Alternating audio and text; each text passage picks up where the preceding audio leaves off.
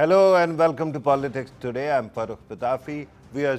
For past 2 days, we have been discussing the economy of the country, particularly with reference to IMF deal and now the amnesty scheme that was just announced yesterday.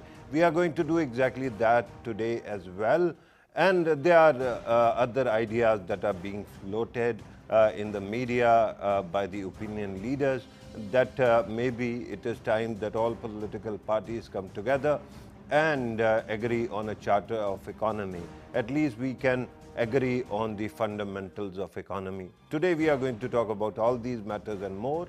And in order to help us understand these issues, let me welcome Abdullah Yusuf Saab, former chairman, Federal Bureau of Revenue. Thank you very much, sir, for being part of the program.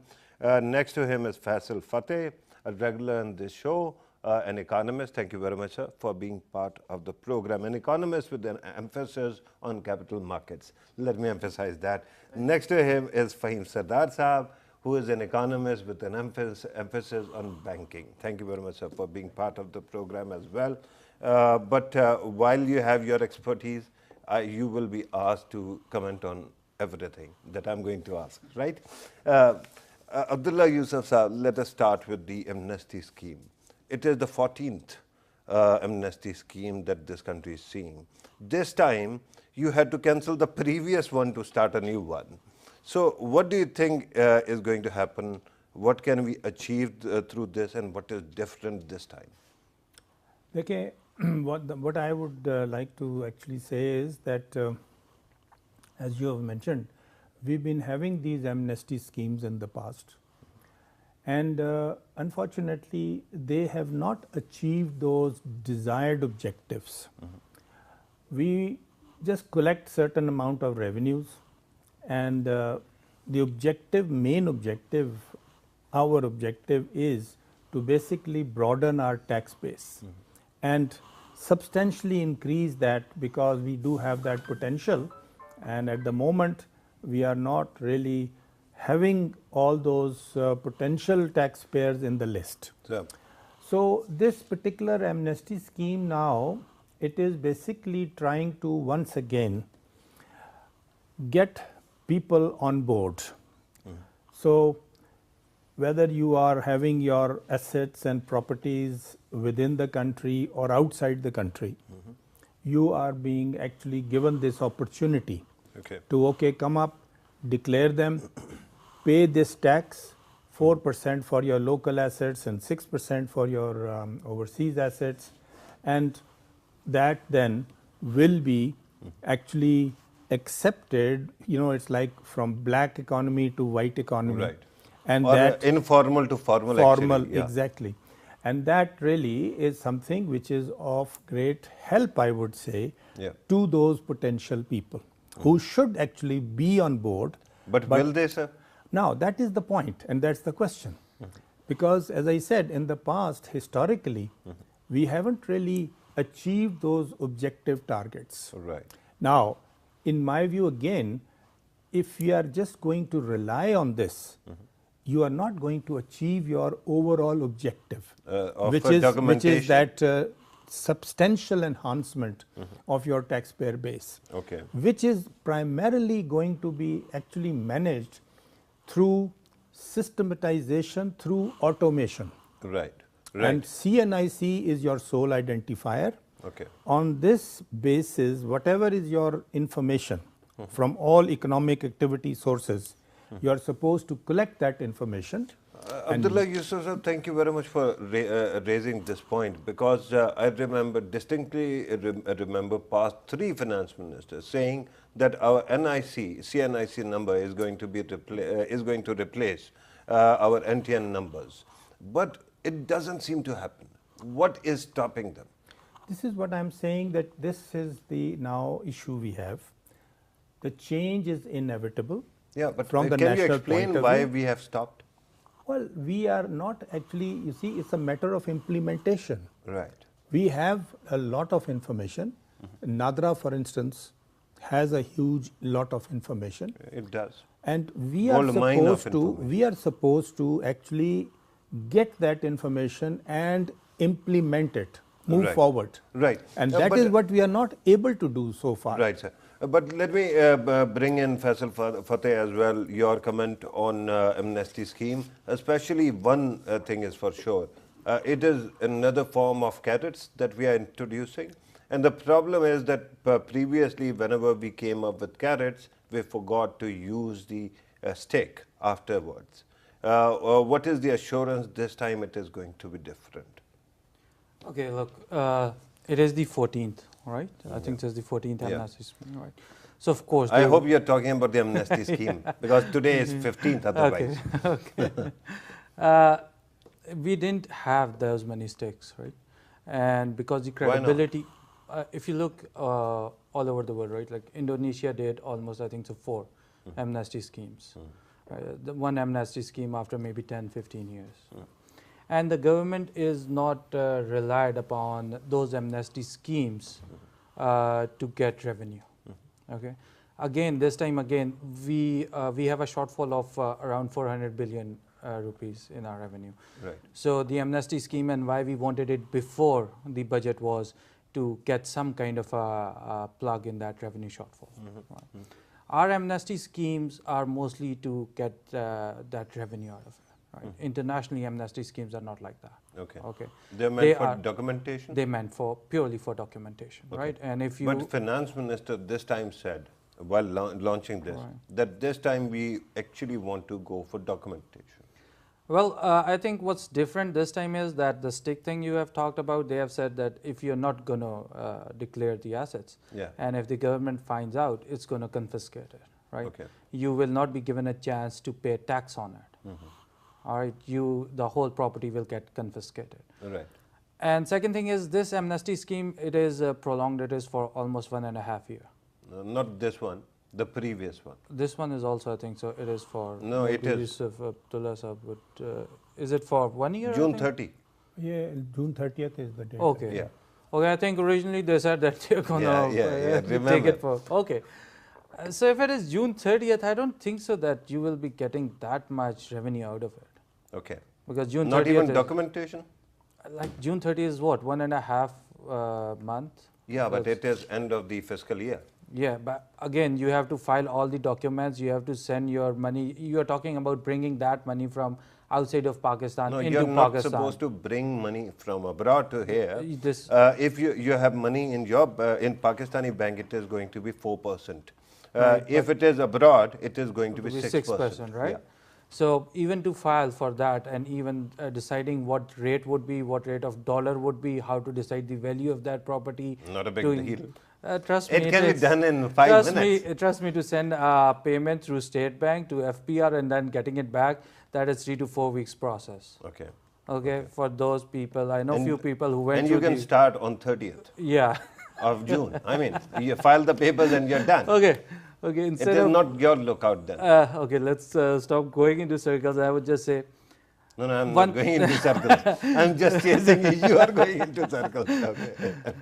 My point of view is it's too little of a time if it is for 6 weeks to get a lot of revenue, to get a lot of documentation in the economy. How you're going to implement that stake? How you're going to show that stake? No, but here's the problem.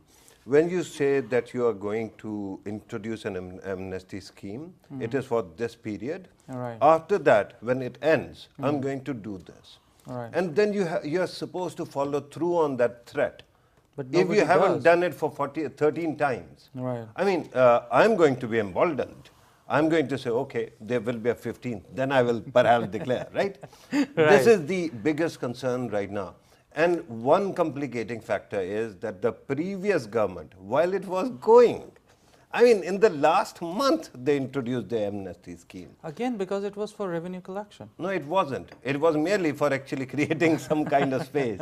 Otherwise, nothing else. Let me go to Sardar Saab, Faheem Sardar Saab, your take, sir, on amnesty scheme. This amnesty scheme, in my assessment, is a warning. Because if you look at what happened before, certain notices have been issued, certain notices have been prepared, not issued, and some things are being planned, they have not been executed yet. Pakistan is at a crossroads where, just to take take an international perspective, every country on earth wants their money back. You have America with FATCA, you have Europe with IATCA, Pakistan is coming up with its own kind of FATCA, in which every citizen of your country has to pay tax to that country. So this is not something which is new, or I mean, it's all linked. And at the same time, a country, Pakistan is a huge country, the 6th largest country on earth. It has 1.9 million supposed taxpayers. So you can just do the math, it's just not working out. You can't have a huge building on a tiny base. Yeah. It's supposed to be the other way around. So my take on the tax amnesty scheme is this is a warning, and there is sufficient evidence for us to believe that the stick that you mentioned is pretty much ready to be used. Okay. Now, why am I saying this? Because I have to justify why I'm saying this. But I have one follow-up question, and Sure. then you can say what you're saying. The follow-up question is, do we have enough laws and mechanisms to ensure follow-through? For example, if I'm not going to declare my assets and you are FBR, and then the limit actually lapses, then you are supposed to confiscate my assets? Do you have the kind of police that goes and takes it over? If I'm not mistaken, this amnesty scheme covers those things, and I think there are enough laws in Pakistan to confiscate anything. We have enough laws that's not an But issue. now they have already done that. Okay. They have created new Yeah, laws? There is a ordinance, the President ordinance, Yeah. which is now going to actually cover your assets, etc. You will then be able to freeze Okay. under that law. Okay. That has been done actually now. And frozen by whom? Frozen, this is By the basically government, by by the FBR, FBR. government, Yeah. by the finance FBR. ministry, bank, who? No, by FPA. FPI. By FBR. But does FBR have that kind of outreach? I think it's in close coordination with the LEAs and with the Okay, ministries. LEAs. Oh, yeah, thank you very much. Because- Now you're talking about something tangible that I can see. Look, it's a question of, I mean, it's a nail that needs to be hammered. Yeah. Either way, people pay taxes abroad. Our Pakistanis. No, my who- question was about the hammer. Who's going to wield it and where's the hammer? That's it. I think it's very clear that the government will wield it in different proportions. Okay. You will have different ministries that will have different Yeah. jurisdictions. And that worries me because this body that you're talking about has many hands. And you don't know whether they are going to actually contest for wielding the my hammer. guess, my calculated guess would be you've got FIA, NAB, and that will do the final mile. FIA or NAB? Yeah, because you see, if Both are different. No, because let's just run through this whole process. I would say let's do a cold test. If 30th June is the deadline and it passes, and let's say there is no extension, let's have hypothetically for the sake of an argument, let's just run through this. So that means anybody who has an asset that should be declared and has not declared is in violation of all the laws of Pakistan, with specific reference to the amnesty scheme, with specific reference to the transparency laws, Yeah. and with specific reference to the taxation laws. So there you go, you've got three. Different bodies actually coming up. Yeah, but all of them will, in my humble opinion, and I'm sure my colleagues can correct me if I'm wrong, it will eventually come to NAB and FIA. Yeah, here's a question for you, Abdullah Saab. I remember those days when we had tax inspectors, people who would actually raid places. I mean, this is a common practice, happens in the US, happens in India, IRS and various other bodies. In Pakistan, we don't seem to have those tax inspectors. Where have they gone? Actually, we have those inspectors, and as you said, they were the ones who would go from door to door and get hold of people and Grab them. their assets and Yeah. whatever. But then we actually wanted not to Spook? actually pressurize people who are your existing stakeholders, basically. Now, for that, Ask them don't go to the taxpayers. actually, this is what I feel because what happens is that it only leads to just you are just actually creating problems. You must understand. For whom, sir? For the taxpayers. No, You are supposed to. You are not sending tax inspector to the taxpayer. Because you are sending him to a person who might not have disclosed his assets. You are basically, actually what unfortunately we do, it is not that you are sending it only for those people who are not in the tax net. Okay. Principally, that is what we want to achieve. Yeah. But then they always also go and exploit the position of the existing people also. The accounts are frozen, this we have done, etc., etc.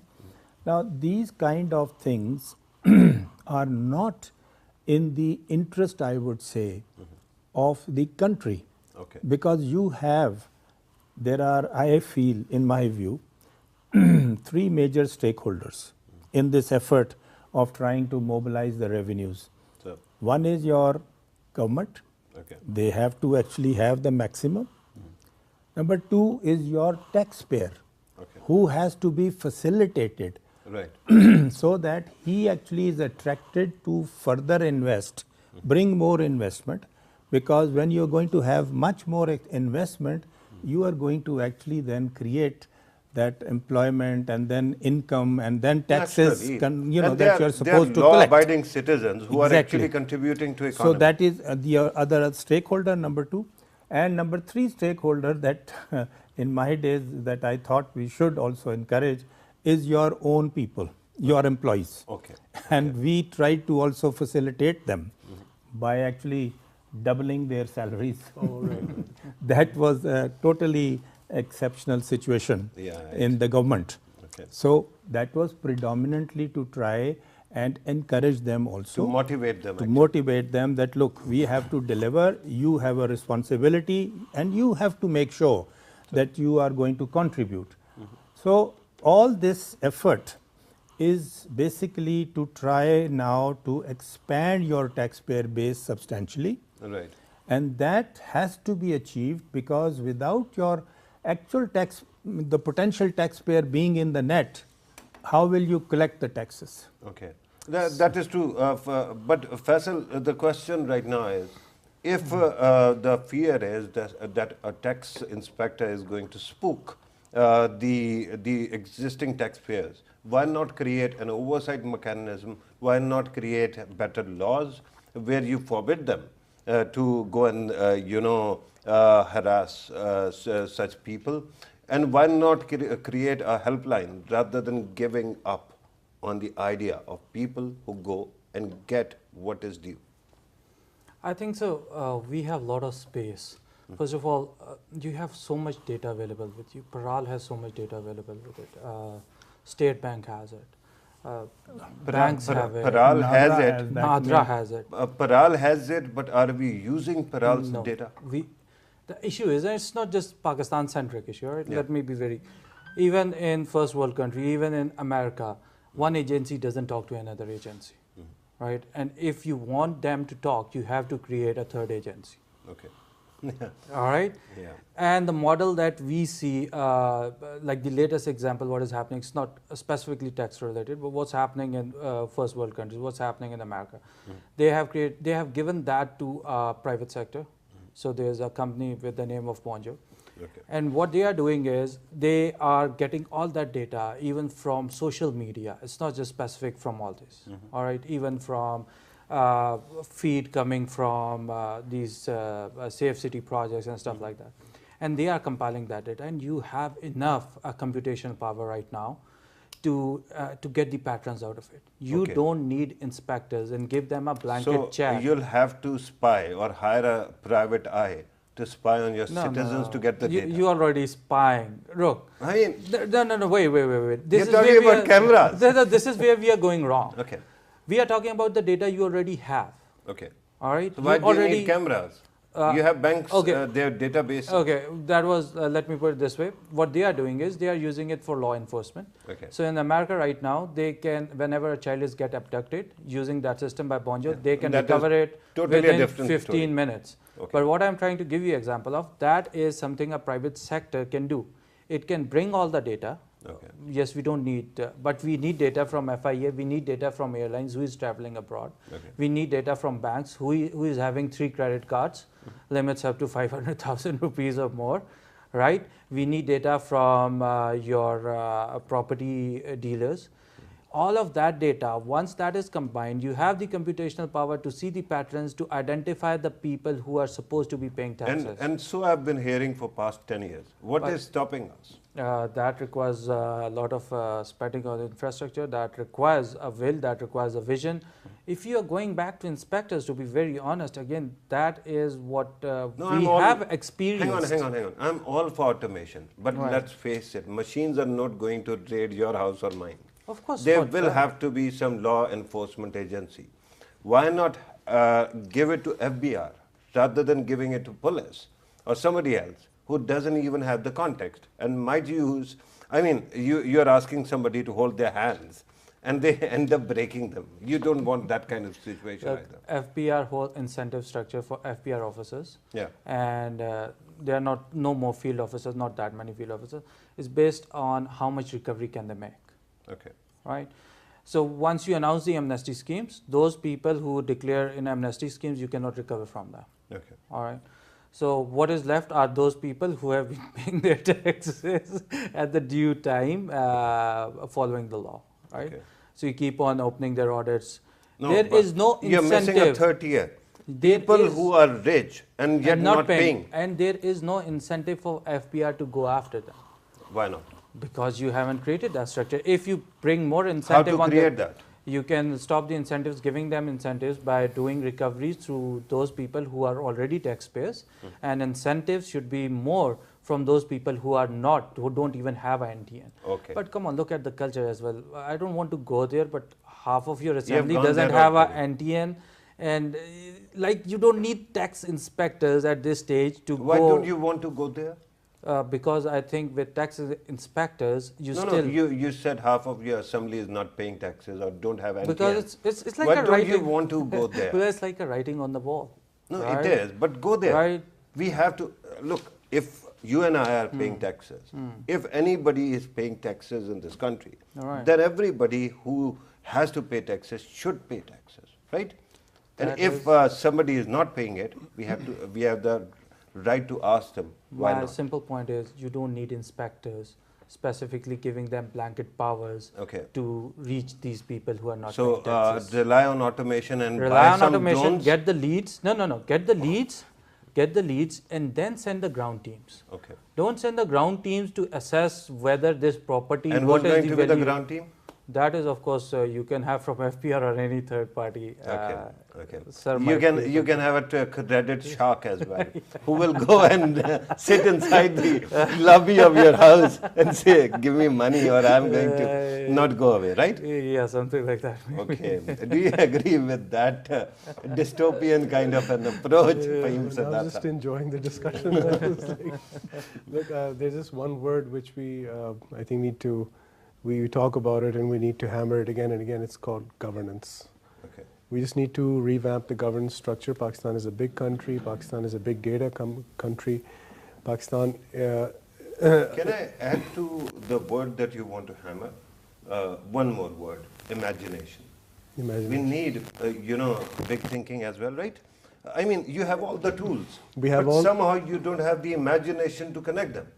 I think we would, but we don't have maybe the political will to do it, because once you start to let go of this human algorithm, if you let go of this human algorithm and just do what needs to be done, then it's not going to differentiate, distinguish from A to B from and C. we all are equal and some are more equal than others. You see, it's just going to go for everyone in the same manner. So why not? Well, I guess we're going down that path, and I think that's going to happen at some Another point. 20, 30 years? I don't know, but I don't Because think 10 years ago we were I- talking precisely about this I thing. wish we had that much time, but if you look at the stopwatch, it's I mean, you can clearly say that we don't it's- have time. It is an intellectual feast talking to all of you. That you're saying, I wish we had that kind of time. We don't have that kind of time. I don't think so, because you see, Pakistan is I keep saying to people, we're at a crossroad. We're at a crossroad where we keep we're about to take off, then something happens and we have to make another landing. The other side, this is one side of the crossroad where eventually we will take off. We will be economically very intense. The other side is to give up. We can't give up, so that's not an option. I'm just bringing that up for academic purposes. Right. So I mean, are you associated with think tanks as well, sir? Yes, I run a think tank, Right. which is. So, Mike, I have a question here. I have to add, which is also a corporate advisor. So we give practical solutions, not theoretical solutions. So, have you come up with some reports and books how to fix the entire system? I'm Yes. talking about a meta theory, not, We do not actually, merely micro theory. Yeah? This is our quarterly review, which has. It's our a micro theory. I'm talking about a meta theory. It does start the process Okay. of what is essentially wrong. The first thing that we need to fix is hemorrhage. That's Okay. given on our page 28. But anyhow, what I'm saying, and I just want to add to what my esteemed colleagues have talked about, I think very lucidly, we have to choose. We have the solutions, we have the IT, we have the people, we have the data, we have the analytical capability. Okay, choose between what and by we. What do you mean by we? We have to choose one of the two roads. We're at a crossroad. Okay. One is a growth road, the other is you give up. So the growth road requires people It to is a pay rhetorical argument, right? No, it's Because not. you have to walk down the It's Hobson's- growth path. To be very frank, it's Hobson's choice because Yeah. the other option So just there's doesn't no exist. choice then, So right? there you go. So that's good for us. We don't have any choice. We have to go down that path. If we have, at some point, I think we had 4 million taxpayers. Now we've got 1.9 million, and we're celebrating that. It says like celebrating mediocrity for some reason, which I don't understand. We're supposed to have 20 million taxpayers at least. Right. Imagine if we can generate so much, 4 to 4.5 trillion with 1.7 million taxpayers, 1.5 million taxpayers. Imagine what we would do with 10 million taxpayers. I love this argument, but I feel that most of what you're saying, this number, is mostly extrapolation, right? I don't know whether we have seen the data, the kind of data we have. Sir, do we have any modicum of understanding how much of Pakistani business goes through banks and how much actually doesn't use banks at all? And it might be quite a lucrative business as well. Actually, we have, our problem basically is cash economy, non-documented economy. Right. And which is not even based on banks. No. I mean, you don't you deposit the money into accounts. no, you have your cash economy. You can just work in the cash account Okay. rather than the bank account. Okay. You do that in any case. And that is an issue that we have, a big issue. And can that we is- look at the percentages? Do we Actually, have the percentages? I can't say exactly what is the percentage right now, but basically if you look at your cash economy as compared to your regular economy, your cash economy is actually bigger than your routine. Now that is our unfortunate part, Right. and that is the challenge that we have. Your informal sector is too informal. Yeah, and they are very happy to be informal. Okay. They don't like to be very formal. Right. We have to teach them formalities, right, as a state. So this is something which we really, really want to now focus on Okay. and really, really get down to this point. Right. And as I said, if we really move forward, we will definitely get the result also. Right.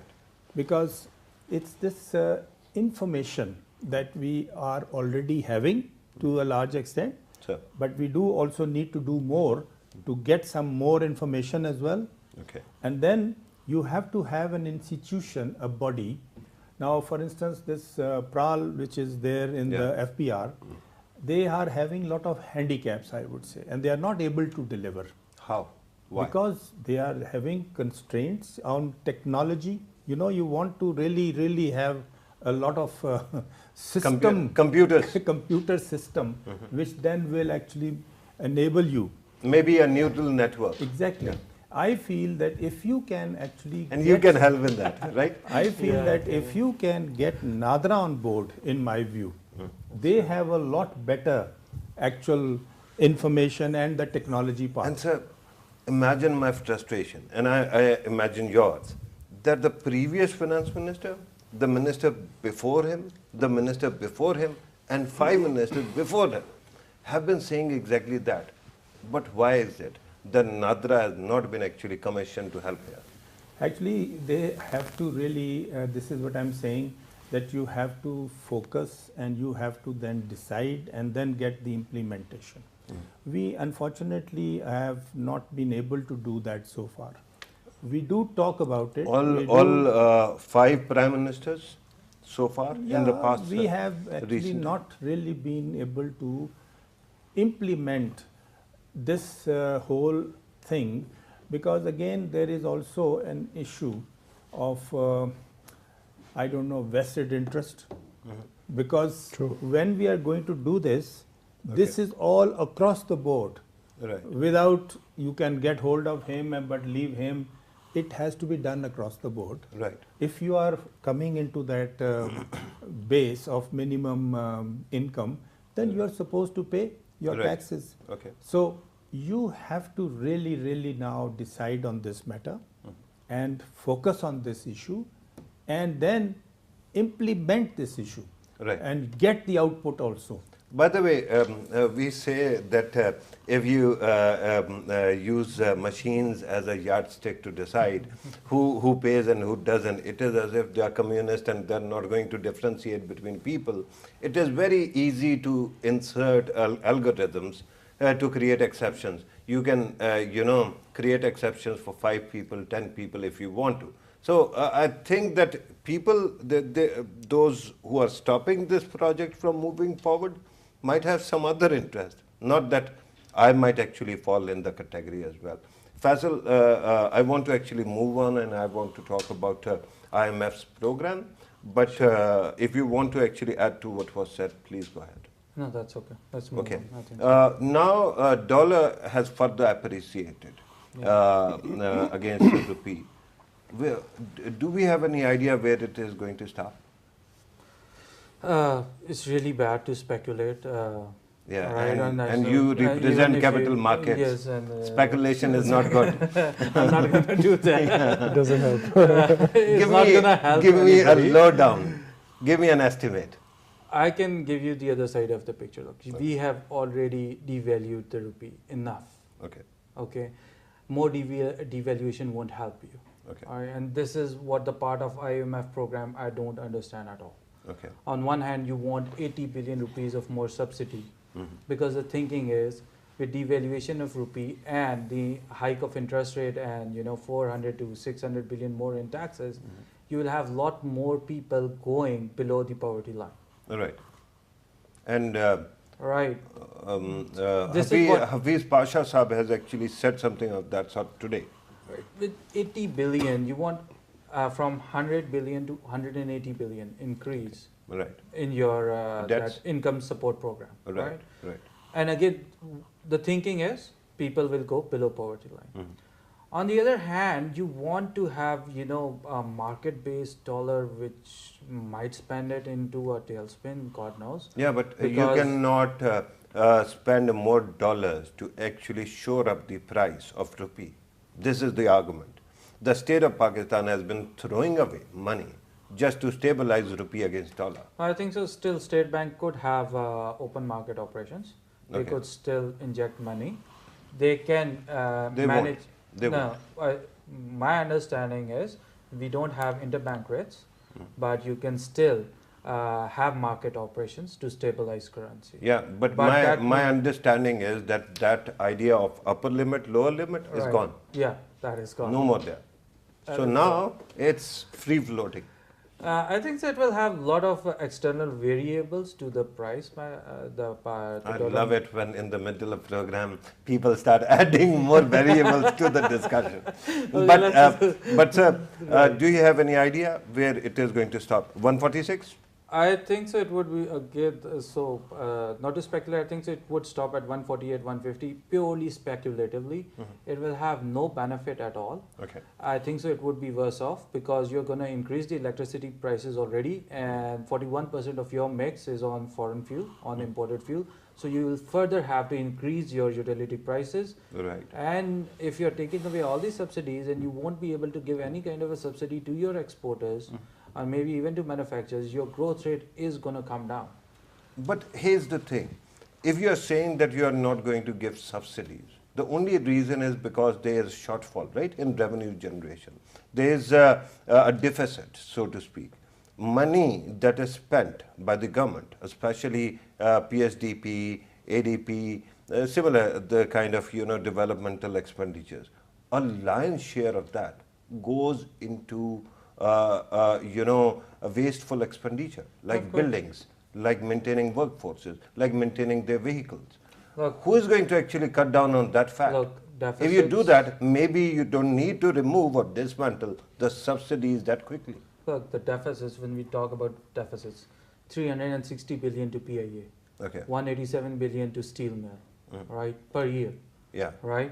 So cut them down. Even utility store, 14 billion. Even Yeah. smallest metro, I 8 mean, billion. I'm against, dragging in railway or Okay. utility stores Okay, because let's they leave it out. somehow function to take care of the poor. Okay, let's leave that out. But still, But PIA, of course, I mean, 360 or billion. PSM for that matter. my contention with all of this argument is why we are so focused on revenue all the time. Economy, You don't need money? You need money, but revenue is just one cog in the whole economic structure. Okay. What else is there? The else is what is your long-term plan? How you're going to fix these public-state enterprises? And what do you do What when you gonna- have to pay to foreign lenders next month? There is nothing you can do about it. You don't want to compromise on that. You don't want to compromise on your budget deficit, right? Sorry, on your budget spend, on your defense spending, right? This is what you say we are not going to touch. Yeah, but defense spending has gone down already. I mean, it has Let's been just say, restructured. let's just say, you cannot cut down other than on your public state enterprises or your PSDP. Yeah. Is there anything else left in the budget you can cut down on? No. When you are going to spend in PSDP, the fact that the non-wasteful part of the PSDP, usually half of it lapses by the end of the year. So what is happening is the real money is not going into development. The real money is going into getting more cars and more buildings. And why not actually do away with that kind of wasteful? Government get a lot of taxes out of it again back. It's a good circle, you know. You get some money out of that. You No, pay. no, cars for the state. I know. For the staff of those projects. But look, again, you talked about looking at Is the it not true? macro picture, not micro. So if you look No, at I that- didn't say that macro, not micro. I was talking about meta theory. I was talking about a theory of all theories that might actually help us understand this. But you want to add to this, sir? I do. It's just the same thing. I'll repeat myself. Governance. Yeah. We have to focus on governance because As a word, it is quite a beautiful word. Well, but you'll have to actually operationalize it I've for actually us. been a practitioner of governance, and look, it's just a question of what my colleagues have been talking about, that you have to decide now. We have to focus. We have to take the decision. We cannot allow the same old to be our new norm. Now, Pakistan cannot afford I that enough. love what you're saying, but have you thought of running for public office? Who, me? Yeah, because most of Yeah, the I have. language No, actually, comes at us from the people who actually run for public office. I actually same did. Same old, of course not. But how do you operationalize this good thought? I will be voting for him. Thanks a lot. Thanks a lot. It's very kind of We you. might as I'll have one more. You got at least 3 votes. So go ahead. I'll just sort of, I think if we have some time, I'll just run through a wish list, or let's say a plan which I would unfold at least. It's very simple. You have 6 ministries that are super critical for Pakistan, okay? And like, defense, interior, finance, commerce, industry, Trade? that comes under Commerce, commerce, yeah, that comes under commerce, commerce, and foreign affairs. So I mean, when you take 3 of them out, that 3 are non-economic, 3 are economic, so you're left with a very small target. Okay. And you have to now look at the governance aspect of all of it, Target of what? of what to do, of what to hit. Okay. Because instead of dealing with symptoms, I would deal with the root issue. So when you focus on the critical areas, the super critical areas, you get more impact. What is the issue right now? We need to generate more revenue. We need to cut down on our expenditures. It's as simple as that. But you have somebody on the panel who says you're obsessed with revenue. Start doing that, actually. So I'll balance that out by saying that, okay, I want to have more revenue. Yeah. At the end of the day, Pakistan has to look at its expenditures and revenue. You have to sort of go down to the DNA. Where is it coming from? And why is it not coming? Or why is it exaggerated in expenditures? We have to take some very difficult decisions. And I will repeat what I said earlier, what I call the human algorithm, which Abdullah Saab, I think, he was very categorical about it, that there will be no differentiation, because this person will be, audited, this person will not be audited. Yeah. Once it's across the board, once that human algorithm is let loose, then it will scan the country. No, but you're talking about revenue collection, right? What I'm saying is spending. You have to actually look at spending as well and have a very detailed audit where things might be going wrong. Okay. If I, dispatch this much money, and by the end of year, the funds are being lapsed, they're coming back to me. And in the middle of that, I realized that 90% of that money has gone to wasteful expenditure. Should I not be concerned? You should be. Should I cut down on that? We should all be very concerned, and it is a fact, adding to what you're saying, that the Planning Commission does not filter everything anymore. Okay. They used to filter everything, and whatever was not acceptable, or where the throw forward was too much or something like that, they would just put the project to one side. No, it's too expensive. That's what we're trying to avoid. Expensive projects that have limited multiplier effects. Whenever we spend a rupee, we have to have a high multiplier quotient. Right. That's what we're looking for. Spending is not the issue, wasting is an issue. Yeah. And not being able to get that multiplier effect. That's why I'm saying, when you look at those three ministries, you can very quickly analyze that. You can, let's say, take up 10 different projects, Right. 10 different governance corrections that you just implement with a steel will, without and I know I'm being very utopian here, without any consideration for political consequences. Governance is the key, and we can get this done. We've done it. No, I know, but somehow I feel that in the end the argument will end up with being with the Defense Ministry. This is what I think you are implying.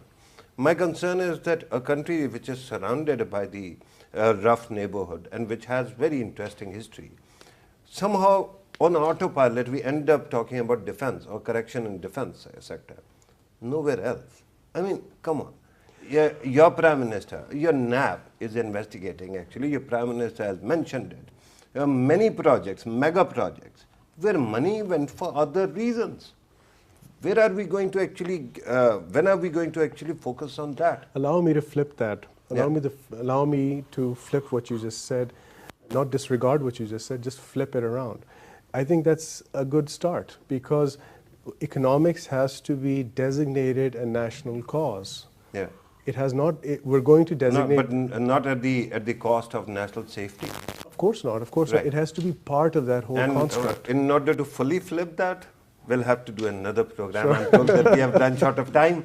Faheem Sardar Sahab, thank you very much for your time. Faisal Fateh Sahab, thank you very much for your time as well. Abdullah Yusuf Sahab, always a great pleasure. There were aspects that we could have covered, but I wanted to understand what is wrong with our revenue collection. I've been asking this question repeatedly in this program. Today, we dedicated a substantial part of this program to understanding that. And I got more clarity about things. I don't know whether all the stakeholders still understand what is going on, but things have to start improving very soon. And we have to start fixing our economy. It is usually, for a person like me, it is quite embarrassing that we are sitting next to two economic powerhouses and we seem to be caught in a vicious cycle when it comes to economy, that somehow we have been failing in the past to fix these problems. Let us hope with new government, with this government that is new and first time in power, we achieve those targets that we have been missing in the past. This was today's program. Thank you very much for watching us. Take care.